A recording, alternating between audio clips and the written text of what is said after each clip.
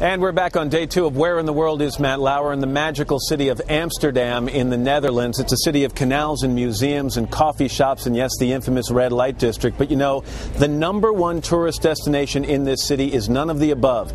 It is right here, 263 Prinsengracht. This is the Anne Frank house.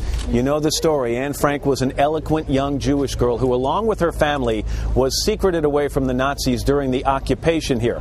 They were protected by friends and a bookcase that sealed off a private annex until they were betrayed on August 4th, 1944.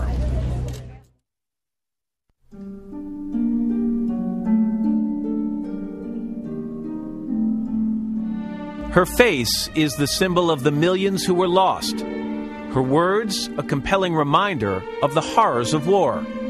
Anne Frank was an ordinary girl living in extraordinary times. Forced into hiding with her family and 4 other Jews, they lived in this secret annex for over 2 years. It's here the 13-year-old began to write down her deepest thoughts and dreams in what would become the diary of a young girl. It's filled with hope and fear.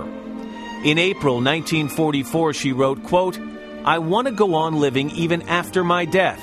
Just months later, Anne and her family were betrayed by an informer and arrested by the Nazis. Her sister and her mother would both die in concentration camps. Anne Frank died soon thereafter of typhus, just weeks before her camp was liberated. She was not yet 16. But her powerful memoir lives on. It's been translated into 67 languages and is one of the most widely read books in the world.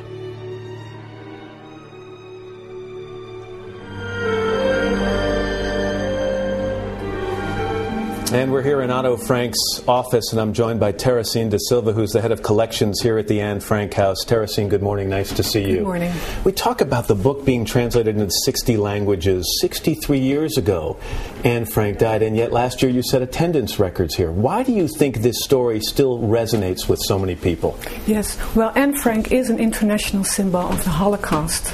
And in her diary, she expresses herself in a very honest and beautiful way. She tells about, she writes about all her experiences in the hiding place, and she writes about the Jewish persecution, her love with Peter, her personal reflections. And with so much persecution still going on around the world of various people, it does resonate. We're in Otto Frank's office, as I just mentioned. This is a place they would come, I understand, on weekends?